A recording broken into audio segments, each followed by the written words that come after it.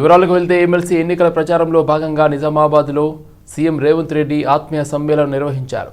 రాష్ట్ర సాధనలో పట్టభద్రులు కీలక పాత్ర పోషించారని గుర్తు చేశారు. కేసీఆర్ ఫామ్ హౌస్లో కూర్చుని ప్రభుత్వంపై కుట్రలు చేస్తున్నారని ముఖ్యమంత్రి రేవంత్ రెడ్డి ఆరోపించారు. ప్రజలు తిరస్కరించిన కేసీఆర్లో మార్పు రాలేదన్నారు సీఎం రేవంత్ రెడ్డి.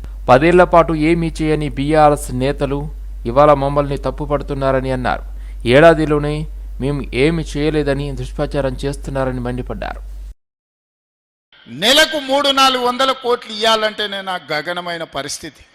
ఇవాళ నేను రిటైర్డ్ ఉద్యోగస్తులను అడుగుతున్నా, మీకు నిజంగానే చంద్రశేఖరరావు సరైన సమయంలో చెల్లించుంటే మీకు ఇన్ని కష్టాలు వస్తుండేనా? ఇవాళ అట్లాంటి చంద్రశేఖరరావు మోసం చేసిపోతే ప్రతి నెల నేను ఇవ్వడానికి ప్రయత్నం చేస్తున్నా. రాబోయే సంవత్సరంలో అవసరమైతే నెలకు 1000 కోట్ల దాకా మీ బకాయిలు చెల్లించి మీ సమస్యలు పరిష్కరించే బాధ్యత నాది. మీరు నమ్మితే నాకు ఓటేయండి, మీరు నమ్మకపోతే మీరు ఇంకెవరికైనా ఓటేయండి. ఒక మాట ఇస్తే మాటకు నిలబడే ప్రభుత్వం కాంగ్రెస్ పార్టీ. మాట ఇచ్చిన సోనియమ్మ తెలంగాణ రాష్ట్రం ఇచ్చింది, మాట ఇచ్చిన రాహుల్ గాంధీ ఇవాళ బీసీ కులగణన చేస్తున్నాడు, మాదిగ వర్గీకరణ చేస్తున్నాడు. ఇవాళ నేను అడుగుతున్న మా బలైన వర్గాలను, చాలామంది చాలా మాటలు మాట్లాడుతున్నారు. ఇక బండి సంజయ్ గురించి అయితే అంతు పొంతు లేదు, ఆకాశం అంతా ఎగిరి దుంకుతున్నాడు ఆయన. బండి సంజయ్ గారు నాకంటే బడా బీసీనే లేడు, నేను మా మోడీ ప్రపంచంలోనే బడా బీసీలం అంటున్నాడు. బడా బీసీలైన మోడీని బండి సంజయ్ నేను అడుగుతున్నా, 12 ఏళ్ల నుంచి మీరే కదా ప్రధానమంత్రి, మీ ప్రభుత్వం ఉంది కదా, ఎందుకు 2021లో జనగణన చెయ్యలేదు? జనగణనలో కులగణన ఎందుకు చేర్చలేదని నేను బండి సంజయ్ని, మోడీ గారిని నేను అడుగుతున్నా. ఇవాళ ఇక్కడ ఉన్న ఈ సమావేశాన్ని చూస్తున్న మా బలైన వర్గాల మిత్రులను నేను అడుగుతున్నా, మీరు గుండెల మీద చేసుకొని చెప్పండి, 100 ఏళ్ల నుంచి మీ కులగణన జరగకపోతే మీ సోదరుడు రేవంత్ రెడ్డి ముఖ్యమంత్రి అయిన తర్వాత నెల రోజుల్లోనే మీ 100 ఏళ్ల సమస్యను సంవత్సరం లోపల ఇవాళ కులగణన చేసి లెక్కలు మీ ముందల పెట్టినా లేదా? నిజం చెప్పండి, మీ కులగణన 100 ఏళ్ల సమస్యను నేను పరిష్కరిస్తే నాకు ఓటేయండి, 12 ఏళ్ల బండి సంజయ్ మోడీ పరిష్కరిస్తే మోడీకి ఓటేయండి అని చెప్పి మా బీసీ సోదరులను నేను అడుగుతున్నా. 317 జీవోపై ఎమ్మెల్సీ ఎన్నికల్లో బండి సంజయ్ ప్రస్తావిస్తున్నారని మంత్రి పొన్నం ప్రభాకర్ అన్నారు. 317 జీవో సబ్ కమిటీ సభ్యుడిగా ఇప్పటికే స్పౌస్ కేసులు, హెల్త్, మ్యూచువల్కి సంబంధించిన వారిని ట్రాన్స్ఫర్ చేశామన్నారు. స్థానికత్వం అంశం కేంద్ర ప్రభుత్వం పరిధిలో ఉందన్నారు. దానికి సంబంధించి రాబోయే శాసనసభ సమావేశాల్లో ఈ అంశాన్ని కేంద్ర ప్రభుత్వానికి నివేదిస్తూ జోనల్ మార్పులకు సంబంధించిన నివేదిక ఇవ్వబోతున్నామని మంత్రి తెలిపారు. గత ప్రభుత్వము తీసుకొచ్చిన 317 జీవో ఎమ్మెల్సీ ఎన్నికల్లో బండి సంజయ్ గారు ప్రస్తావిస్తూ ఉన్నారు. 317 సబ్ కమిటీ సభ్యుడిగా ఇప్పటికే స్పౌస్ కేసు కానీ, హెల్త్ గ్రౌండ్స్ కానీ, మ్యూచువల్స్ కానీ ట్రాన్స్ఫర్ చేసినాం. స్థానికత్వము కేంద్ర ప్రభుత్వంకు సంబంధించినటువంటి అంశంలో ఉంది. దానికి సంబంధించి రాబోయే శాసనసభ సమావేశాల్లో ఈ అంశాన్ని కేంద్ర ప్రభుత్వానికి నివేదిస్తూ జోనల్ మార్పులకు సంబంధించిన నివేదిక ఇవ్వబోతా ఉన్నాం. నిరుద్యోగులారా, ఇది తప్పకుండా కాంగ్రెస్ పార్టీ ప్రభుత్వం చేసే బాధ్యత. మీకు ఎన్నికలకు ముందు హామీ ఇచ్చినాం 317 సమస్య పరిష్కరిస్తామని. ఈరోజు కూడా మా మీద విశ్వాసం ఉంచండి. ఇప్పటికే దాని మీద దామోదర్ రాజనరసింహ గారి నాయకత్వంలో శ్రీధర్ బాబు గారు, నేను 317 కమిటీ ద్వారా అనేక సమావేశాలు ఏర్పరచుకొని మీ సమస్యల పరిష్కారానికి, ఉద్యోగుల సమస్యల పరిష్కారానికి మా బాధ్యత నిర్వహిస్తూ ఉన్నాం. కాబట్టి ఇటువంటి అంశాన్ని, సున్నితమైన అంశాన్ని ఎన్నికల్లో రాజకీయాలకు ఉపయోగించుకునేటువంటి పట్ల అప్రమత్తంగా ఉండండి. ప్రభుత్వం అధికారంలో ఉన్నాం, మా బాధ్యత తప్పకుండా దీన్ని ఎట్టి పరిస్థితుల్లో మీకు అనుకూలంగా, మీకు సమస్య లేకుండా చేసే బాధ్యత మాది అనే మాట ఈ సందర్భంగా గమనించాలని మీ అందరికీ విజ్ఞప్తి చేస్తా ఉన్నాను. ఎస్ఎల్బీసీ సొరంగంలో చిక్కుకున్న వారిని కాపాడేందుకు సహాయక చర్యల్లో స్వయంగా మంత్రి జూపల్లి పాల్గొన్నారు. ఇప్పటికే ఆర్మీ రంగంలోకి దిగింది. హైదరాబాద్ నుంచి 23 మందితో కూడుకున్న టీం సంఘటనా స్థలానికి చేరుకుంది. టన్నెల్ లోపల చిక్కుకున్న వారిని కాపాడడానికి ఉత్తరాఖండ్ నుండి నిపుణులు టీంను పిలిపించారు. రెస్క్యూ టీంతో పాటు పర్యాటక శాఖ మంత్రి జూపల్లి కృష్ణారావు కూడా టన్నెల్ లోపలికి వెళ్లారు. ప్రమాదం జరిగిన తీరును క్షేత్రస్థాయిలో పరిశీలించారు. ఇంజనీరింగ్ సహాయక బృందాలకు మంత్రి దిశానిర్దేశం చేశారు. టన్నల్లోకి వెళ్లిన మంత్రి 6 గంటలుగా వారితోనే ఉన్నారు. ఎన్డీఆర్ఎఫ్ సైనిక బృందాలతో కలిసి లోకో ట్రైన్లో టన్నెల్లోకి వెళ్లారు మంత్రి జూపల్లి. సొరంగంలో 3.5 మీటర్ల మేర బురద పేరుకొనిపోయింది. Around 600 meters over the conveyor belt to reach this spot. I think by the end of the day, the water can be brought to a comfortable level so that people can walk inside.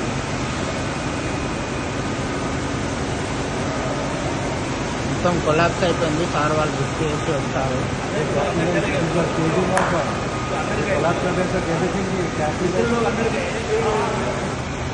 This is the duct cassette. This will be going on extending as the TBM moves forward.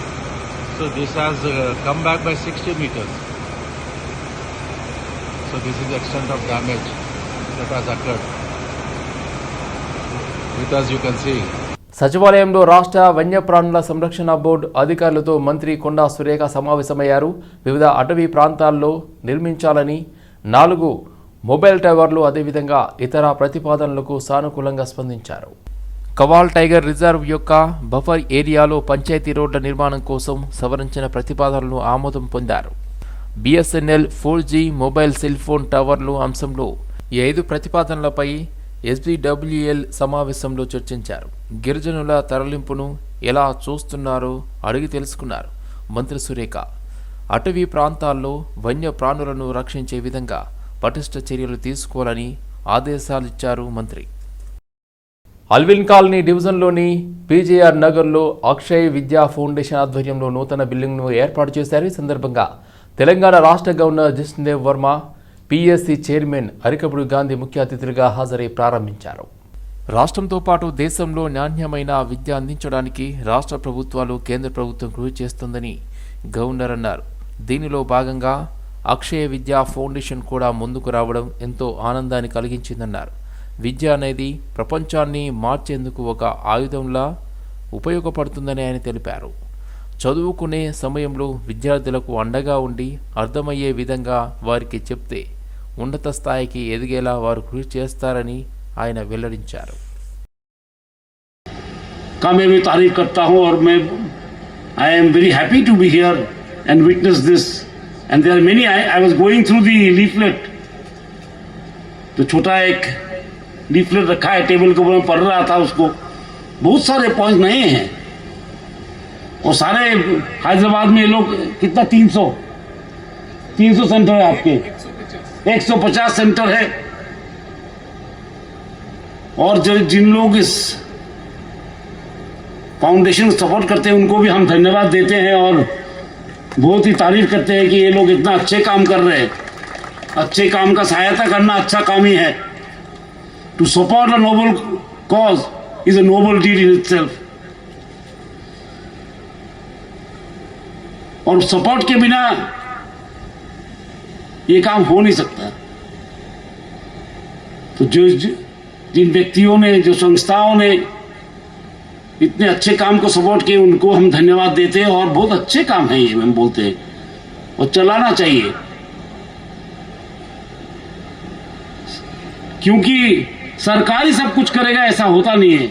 कोई गणतांत्रिक देश में ऐसा नहीं होता है कि सरकार ही सब करे और समाज कुछ ना करे. क्यों सरकार भी आपका चुना हुआ सरकार है और समाज के लिए काम करने आपने चुने हैं. क्यों? जैसे सरकार समाज के लिए काम करे. इसलिए जब समाज और सरकार कंधे पर कंधे मिलाकर काम करते तभी सफलता आते हैं. When this government and the society work shoulder to shoulder, then success comes more easily, comes more smoothly, has more meaning. Kukatpally నియోజకవర్గం బాలానగర్ డివిజన్లో గిరిసాగర్, రాజు సాగర్ కాంగ్రెస్ పార్టీ యూత్ నాయకులు మధు ఆధ్వర్యంలో యువకులు బీఆర్ఎస్ పార్టీలో చేరారు. యువకులందరికీ ఎమ్మెల్యే మాధవరం కృష్ణారావు గులాబీ కండువా కప్పి బీఆర్ఎస్ పార్టీలోకి స్వాగతించారు. తెలంగాణ రాష్ట్రం ఏర్పడిన తర్వాత తొలి ముఖ్యమంత్రి కేసీఆర్ ఆధ్వర్యంలో రాష్ట్ర అభివృద్ధిలో అగ్రగామిగా నిలిచిందని, కాంగ్రెస్ పార్టీ అధికారంలోకి వచ్చి 14 నెలల్లో నియోజకవర్గానికి మొండి చేయి చూపిందని ఎమ్మెల్యే విమర్శించారు. సంక్షేమ పథకాలు అందిస్తామని, మహిళలకు 2,500 పెన్షన్లు, అదేవిధంగా 4,000 రూపాయలు అందిస్తామని తప్పుడు వాగ్దానాలు చేసిందన్నారు. కాంగ్రెస్ పార్టీకి ప్రజలు బుద్ధి చెప్పే రోజులు ముందున్నాయని హెచ్చరించారు. చేస్తున్నటువంటి దొంగ మాటలు, దోపిడి మాటలు, అబద్ధ మాటలతో వినలేక టీఆర్ఎస్ పార్టీ ప్రభుత్వం ఉన్నప్పుడు ఏ రకంగా అభివృద్ధి జరిగింది, ఈ 14 నెలల్లో ఏ రకంగా జరిగిందని చూసి మరి కాంగ్రెస్ పార్టీకి ఎన్నో సేవ చేసినటువంటి పుట్టపర్తి మధు గారి ఆధ్వర్యంలో టీఆర్ఎస్ పార్టీ చేయడానికి రావడానికి వచ్చినందుకు హృదయపూర్వక ధన్యవాదాలు తెలియజేస్తా ఉన్నాం. ఇదే నిదర్శనం. ఈ రాష్ట్రంలో అన్ని అబద్ధాలే. రైతులకు మోసం, ఆడపిల్లలకు పింఛన్లు ఇస్తానని చెప్పి ముసలి వాళ్ళకు 4,000 ఇస్తానన్న మోసం, 2,500 రూపాయలు ఇంటింటికి ఇస్తానన్న మోసం, డబుల్ బెడ్రూమ్లు ఇస్తామని చెప్పిన మోసం, ఇందిరమ్మ ఇండ్లు ఇస్తామన్న మోసం, 420 హామీలు ఇచ్చి 420 చేసినటువంటి ఈ కాంగ్రెస్ పార్టీ చేసిన మోసాలకే ఈరోజు ప్రజలు విసికెత్తి ఇవాళ ఎంత భయంకరంగా ఉంది రాష్ట్రం అంటే గొప్పలు చెప్పుకుంటా ఉన్నారు. ఇవాళ ఎంత గొప్పలు చెప్పుకుంటారు అంటే 14 నెలల్లో దేశము స్వతంత్రం వచ్చేప్పటి నుంచి చేయనంత అభివృద్ధి 14 నెలలు చేసామని గొప్పలు చెప్పుకుంటారు అంటే ఎంత దుర్మార్గంగా ఆలోచన చేయాలి. హైదరాబాద్ నగరంలో మేం కట్టినటువంటి బ్రిడ్జుల కింద రంగులేసి ఆ బ్రిడ్జే మాదంటున్నారు. ఈ రకమైన బుద్ధి ఇవాళ కుక్కట్పల్లి కాన్స్టిట్యూన్సీలో ఎంత దుర్మార్గంగా నడుస్తూ ఉందంటే గవర్నమెంట్ పరంగా 14 నెలల తర్వాత 25 కోట్లు శాంక్షన్ చేశారు కాన్స్టిట్యూన్సీకి, ఏది సర్కిల్కి. అందులో నాకు 9 డివిజన్లు ఉంటే నాకు 6 కోట్లు ఇస్తున్నారు, 3 డివిజన్లు ఉన్న వాళ్ళకు 6 కోట్లు ఇస్తున్నారు. ఎక్కడైతే ప్రజలకు ఇబ్బంది ఉన్నదో చూసి రిలీజ్ చేయవలసినటువంటి బాధ్యత ప్రభుత్వానికి, ఆఫీసర్లకు ఉంటుంది. ఇది నీకింత నాకింత అని పంచుకునే విధంగా హైదరాబాద్ నగరంలో ఈరోజు కనీసం డ్రైనేజ్కి ₹1 ఇవ్వలేని పరిస్థితి, మంచిలు రాలేనటువంటి పరిస్థితి, బల్బులు ఎగలేని పరిస్థితి.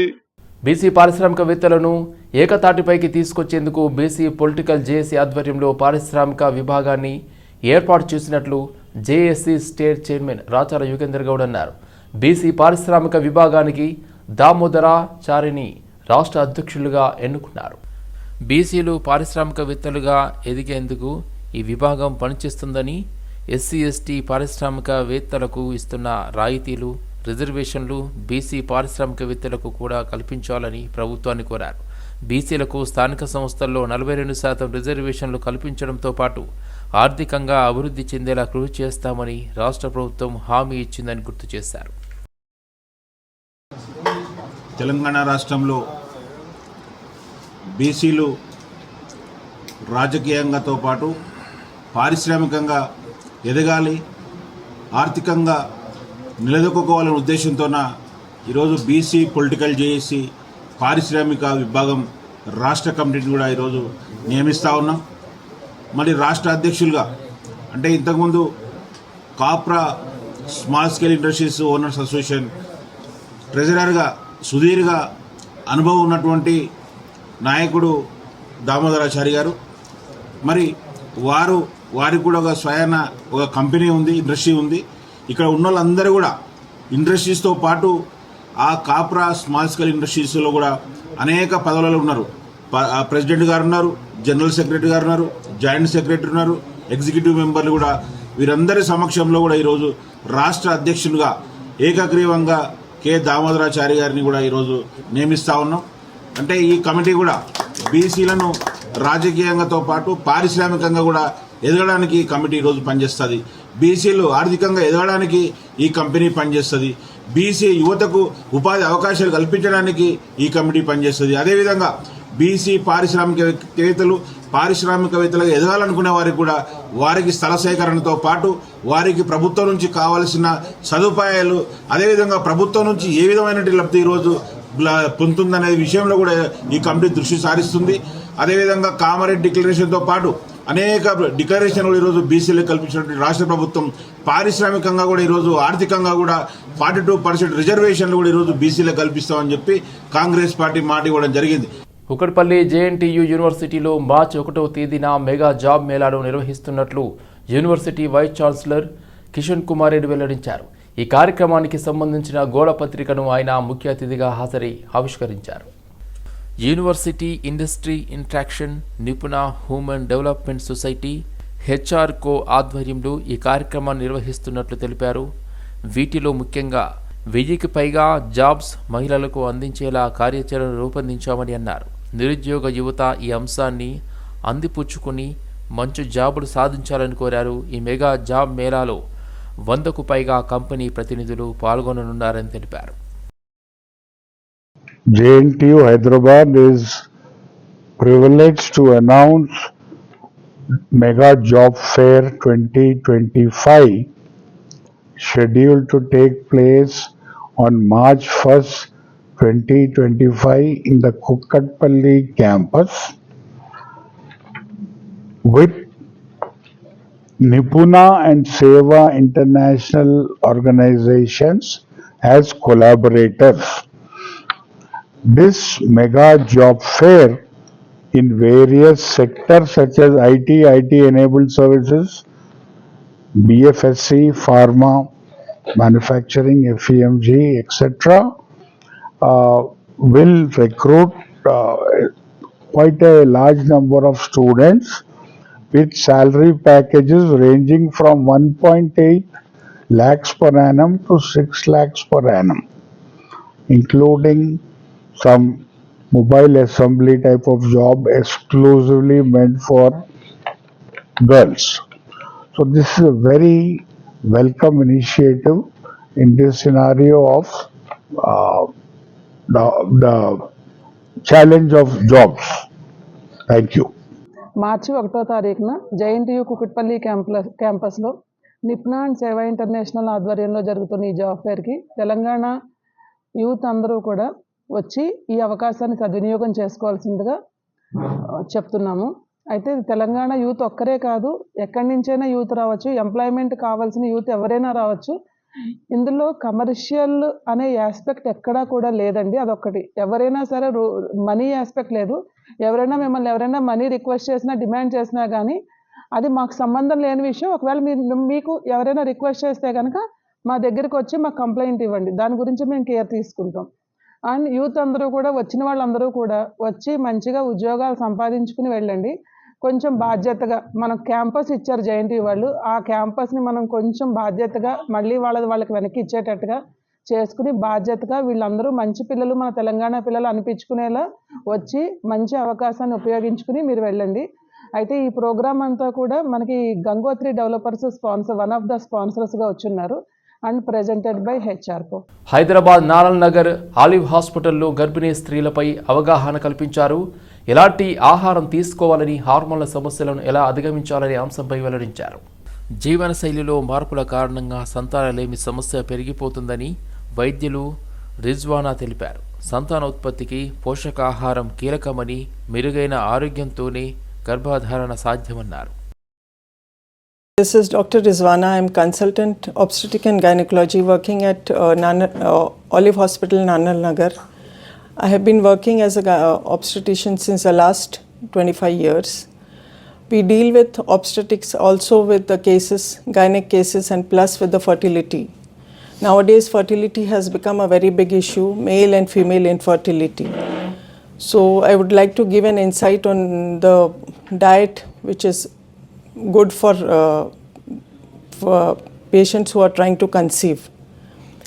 Basically, a healthy diet is necessary to be followed for the fertility. A healthy diet which is good for every person. So a low carb and a low fat diet. Also, you should avoid fast foods, burgers, chips, oily stuff. This all increases the problems. A number of male fertility cases have also increased in the last few years. PCO also is on the rise.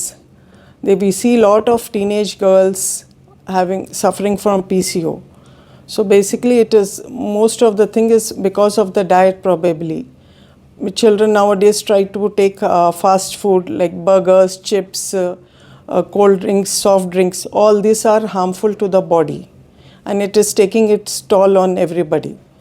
So you should take a healthy diet, fruits, now organic fruits and vegetables, free of pesticides. Osmania యూనివర్సిటీకి సంబంధించిన PG degree కళాశాలలో చదువుతున్న విద్యార్థులకు పెంచిన ఫీజులు తగ్గించాలని demand చేశారు. ABVP ఆధ్వర్యంలో ఉస్మానియా యూనివర్సిటీ ఆర్ట్స్ కాలేజీ నుండి ఓయూ పరిపాలనా భవనం వరకు భారీ ర్యాలీ నిర్వహించారు. పరిపాలనా భవనం ముందు బయట నుండి ఓయూ వీసీ బయటకు రావాలంటూ నిరసన వ్యక్తం చేశారు. ఉస్మానియా యూనివర్సిటీలో పరీక్ష ఫీజులు చూస్తుంటే విద్యార్థులు బెంబేలెత్తిపోతున్నారని మండిపడ్డారు. ప్రైవేట్ యూనివర్సిటీలను తలదన్నే విధంగా ఓయూలో పరీక్ష ఫీజులు ఉన్నాయంటే సిగ్గుచేటు అని అన్నారు. ప్రపంచ ప్రఖ్యాతిగాచిన పేద విద్యార్థుల నిలమైన ఉస్మానియా యూనివర్సిటీలో పేద విద్యార్థులు చదువుకోక ఈరోజు పరీక్ష ఫీజుల పేరుతోటి యాజమాన్యం అనేక ఇబ్బందులకు గురి చేస్తున్న నేపథ్యంలో పేద విద్యార్థులకు వెసులుబాటుగా పరీక్ష ఫీజులు కేటాయించాలని ఏబీపీ డిమాండ్ చేస్తుంది. ఈ రోజు చూసుకున్నట్టయితే డిగ్రీ ఫీజులు అయితే 2,500 పైచిలకు ఫీజులు, ఈరోజు పీజీ ఫీజులు అయితే 3,000 రూపాయలు తలదన్నేలా. ఈరోజు బీటెక్ ఫీజులు చూసుకున్నట్టయితే దాదాపు 4,000-5,000 రూపాయలు. ఈరోజు ఎంబీఏ ఫీజులు చూసుకున్నట్టయితే దాదాపు 3,700 రూపాయలు యొక్క ఉస్మానియా యూనివర్సిటీ యాజమాన్యం కేటాయించడం జరుగుతుంది. అయ్యా, యూనివర్సిటీ వీసీ కావచ్చు, రిజిస్టర్ కావచ్చు, మీకు ప్రభుత్వం నుండి నిధులు తీయడం చేత కాకపోతే అందరం వెళ్దాం. పేద విద్యార్థులమైన మేము ఈ యొక్క యూనివర్సిటీకి నిధులు తేవడానికి మీ వంతు తోడ్పాటుగా వస్తాం. కానీ విద్యార్థుల యొక్క జీవితాలతోటి కానీ పేద విద్యార్థుల యొక్క చదువుకు దూరం చేసే ఈరోజు నెపాన్ని ముందుకు పెట్టుకోవద్దు. ఇప్పటికైనా పరీక్ష ఫీజులను తగ్గించాలి. ఏవైతే అప్పటి ఫీజులు ఈరోజు పరీక్ష నిర్వహణకి ఏ విధంగా 800-900 రూపాయలు అవసరమైతాయో అలాంటి ఫీజులు కేటాయించాలి తప్ప ఈరోజు వేలాది ఫీజులతోటి ఈరోజు పేద విద్యార్థులు, మారుమూల గ్రామాల నుండి వచ్చే విద్యార్థులను చదువుకు దూరం చేద్దని ఏబీపీ డిమాండ్ చేస్తుంది. ఆధ్వర్యంలో ఉస్మానియా యూనివర్సిటీ పరిపాలన భవనం ముట్టడించడం జరిగింది. ఎందుకంటే ఉస్మానియా యూనివర్సిటీలో పరీక్ష ఫీజులను చూసుకుంటే విద్యార్థులు బెంబేలెత్తిపోయి ఈ పరీక్ష ఫీజులు కట్టడం మా ధోని కాదు అని చెప్పేసి సర్టిఫికెట్లు తీసుకొని గ్రామాలకు వెళ్ళిపోతున్నటువంటి పరిస్థితి. ఉస్మానియా యూనివర్సిటీ అంటేనే పేద విద్యార్థుల యూనివర్సిటీ. ఉస్మానియా యూనివర్సిటీ అంటేనే బడుగు బలహీన వర్గాల విద్యార్థుల యూనివర్సిటీ. ఉస్మానియా యూనివర్సిటీ అంటేనే గ్రామీణ ప్రాంత విద్యార్థుల యూనివర్సిటీ. అటువంటి యూనివర్సిటీలో ప్రైవేట్ యూనివర్సిటీని తలదన్నే విధంగా మీరు పరీక్షా ఫీజులు ఉన్నాయంటే చాలా సిగ్గుచేటు. ఉస్మానియా అధికారులు తరచు చెప్తా ఉంటారు, రాష్ట్రంలో నంబర్ 1, రాష్ట్రంలో నంబర్ 1, రాష్ట్రంలో నంబర్ 1 అని. మేము ఒకటే అంటా ఉన్నాం, పరీక్ష ఫీజుల పెంపులో కూడా ఉస్మానియా యూనివర్సిటీ రాష్ట్రంలోనే నంబర్ 1. ఈ రోజు రాష్ట్ర ప్రభుత్వాలు తమ యొక్క బంధువుల ప్రైవేట్ యూనివర్సిటీలు కాపాడేందుకు, ప్రభుత్వ యూనివర్సిటీల్ని నిర్వీర్యపరిచేందుకు ఈరోజు పేద విద్యార్థులని ఉన్నత విద్యకు దూరం చేయడంలో భాగమే ఈ పరీక్షా ఫీజుల పెంపు. మేము ఒకటే అడుగుతూ ఉన్నాం, ఉస్మానియా యూనివర్సిటీ అధికారులని, ప్రభుత్వం నుంచి వచ్చేటువంటి నిధులని అడగడం చేతగాక రాబట్టడంలో వైఫల్యమయ్యి ఈరోజు పరీక్షా ఫీజుల శరణ్యమయ్యి faculty, non teaching staff, university maintenance కి జీతాలు ఇవ్వడానికి ఈరోజు విద్యార్థుల యొక్క పరీక్ష ఫీజులే శరణ్యంగా మారినాయంటే ఉస్మానియా యూనివర్సిటీ ఎంత దిగజారిందో మనం అందరం కూడా అర్థం చేసుకోవచ్చు.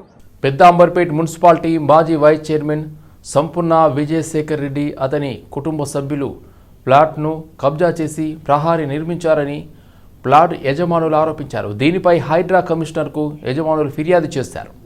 అనంతరం రంగారెడ్డి జిల్లా కలెక్టర్ కార్యాలయంలో కూడా ఫిర్యాదు చేసినట్లు బాధితులు తెలిపారు. 1993లో వేసిన వెంచర్లో తాము ప్లాట్లు కొన్నామని, అక్కడ ఉన్న 102 ప్లాట్లతో పాటు రోడ్డు కూడా కబ్జా చేశారని అన్నారు. ఈ భూమి తమది అంటూ కోర్టుకు వెళ్లారని, తమకు న్యాయం చేయాలని హైడ్రా కమిషనర్ను కలిశామని బాధితులు తెలిపారు. 2007లో కొనుక్కున్నానండి. ఇప్పటి వరకు ఏం డెవలప్మెంట్ లేదు. మాకు పర్మిషన్ ఇవ్వట్లేదు, ఇల్లు కట్టుకొనియట్లేదు. మా ల్యాండ్ ఎవరో ఆక్రమించిండ్రు. ఒక్కొక్క రూపాయి కూడా పెట్టి మేము ఇక్కడ ల్యాండ్స్ కొనుక్కున్నాం. దానికి ఏమీ ఇవ్వట్లేదు. మా పిల్లలకి కట్నం కిందో ఏదో ఇచ్చి పెళ్లి చేద్దాం అనుకుంటే అది కూడా అవ్వట్లేదు. పర్మిషన్, మా ల్యాండ్స్ ఎవరో ఆక్రమించారు. మాకు దయచేసి హెల్ప్ చేయండి. ఎప్పుడు కొన్నారండి? 2007లో కొన్నానండి. నేను ఒక గవర్నమెంట్ ఎంప్లాయ్ అండి.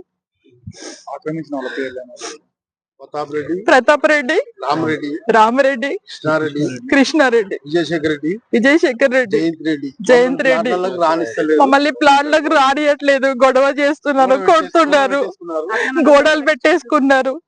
మాకేమో పర్మిషన్ ఇవ్వట్లేదు. మేము ప్రాపర్ గా ఒక్కొక్క రూపాయి కూడబెట్టి ఈసీలు అన్ని మా పేరు మీదనే ఉన్నాయి, కానీ ఇల్లు కట్టాలనుకుంటే మాత్రం మాకు పర్మిషన్ ఇవ్వట్లేదు. పిహెచ్ఎస్ నేరేడ్మెట్లో స్కూల్ టీచర్గా పనిచేస్తున్నాను.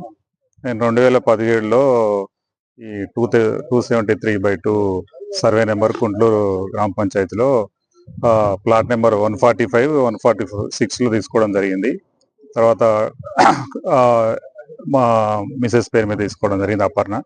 అయితే దీనికి సంబంధించి కొంతమంది ఈ వ్యక్తులు, ప్రైవేట్ వ్యక్తులు దీని మీద కేసు వేసి దీన్ని ఇన్వాలిడ్గా మనకు అందులో చూపిస్తుంది. ఎల్ఆర్ఎస్ కూడా కావట్లేదు, వాళ్ళు మరి కబ్జా పెట్టుకుంటున్నారు.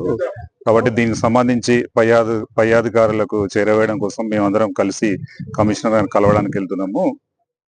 దీనికి సంబంధించి మాకు తగిన పరిష్కారం చేయగలరని కోరుతున్నాము. ప్రతాప్ రెడ్డి అని కొంతమంది వ్యక్తులు, ప్రైవేట్ వ్యక్తులు ఉన్నారు.